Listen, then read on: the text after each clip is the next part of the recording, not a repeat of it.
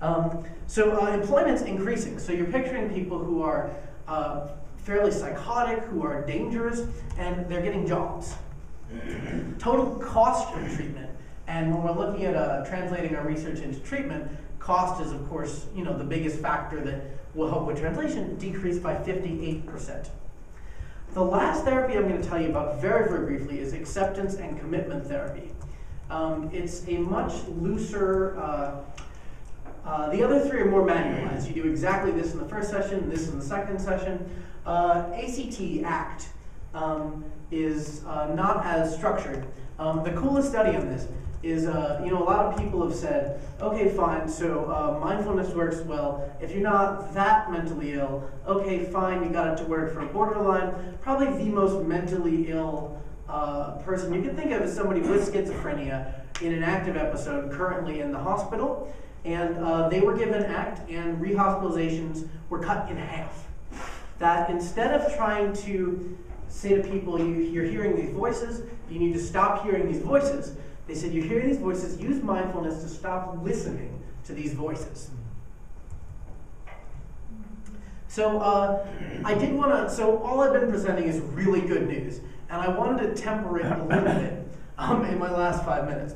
So this is the short answer. Should psychologists just teach meditation to everyone? The short answer is no, definitely not. First of all, meditation doesn't fix every problem. As you pointed out, it doesn't work for everybody, even in these samples where it's working. Meditation can actually be bad for certain people. I'm not too sure about this. Meditating for a long time may exacerbate insomnia, but that's kind of tricky. Lots of meditation, like going on retreat, 10 days of nothing but meditation, sleep, can actually have a lot of negative consequences. It can induce panic attacks. It can actually induce psychosis, which is rare and goes away. But the other group that it may be bad for is people with sort of schizotypal personalities, people with acute active depression. There's actually some new evidence that it may not be, but the reason a lot of us have thought we might find that it would be bad is meditation is spending a lot of time with your brain. And if your brain is in terrible shape, if you are acutely depressed, and when you sit there, all you're hearing is negative mental talk, maybe don't sit there with it until the negative mental talk has gotten a little better. Or, don't learn meditation when the negative mental talk is like that. Then use it when it comes back. So that's the MBCT model. Willoughby Britton, who's an alum of this department, she's a researcher at Brown now, and is the landlady of the Community Meditation Center here, is compiling a book right now on bad experiences from meditation. It's important to note all bad experiences from meditation are from lots and lots of meditation. To do 15, 20, even maybe 45, 60 minutes a day. I've never heard of anybody having trouble with that. These very long meditations really can deconstruct the mind in positive but occasionally negative ways. So I had asked in the beginning about possible negative consequences of mixing science and meditation. And there's two things I think we should look out for. The first is a study I talk about a lot. It was done by Dr. Bash, I believe in Germany in 1896. They had this belief that this finger tapping test was a measure of intelligence. And so they said, great, we're going to use this to test the races. And so they tested white Americans, black Americans, and Native Americans on the finger tapping test. And it turns out that white people are horrible at the finger tapping test. The black subjects did a little bit better, but not much, and the Native American subjects were really good at this test. I actually have a photo of Dr. Bash's subject pool, conveniently. So they get these results, and their interpretation is, because white people are so smart and have their heads filled with these lofty thoughts all the time, we can't just push our fingers quickly, we're busy thinking. And so it's, less thinking makes the finger tapping test better. The reason I like to talk about this study is this isn't all that different from what we usually do.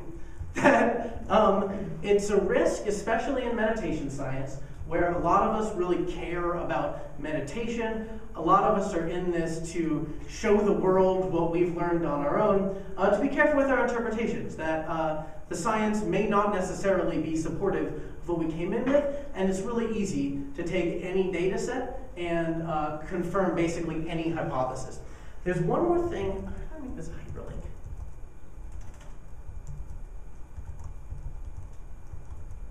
There's one more thing I want to show you. This was a viral thing on the internet a few years ago. It was a Baptist Creation Science Fair. And this was one of the science projects. And forgive me, this is very offensive, but I think worth reading. Second place, women were designed for homemaking.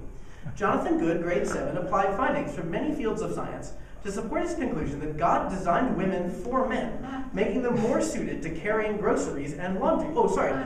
Designed women for homemaking. Physics shows that women have a lower center of gravity than men, making them more suited to carrying groceries and laundry baskets.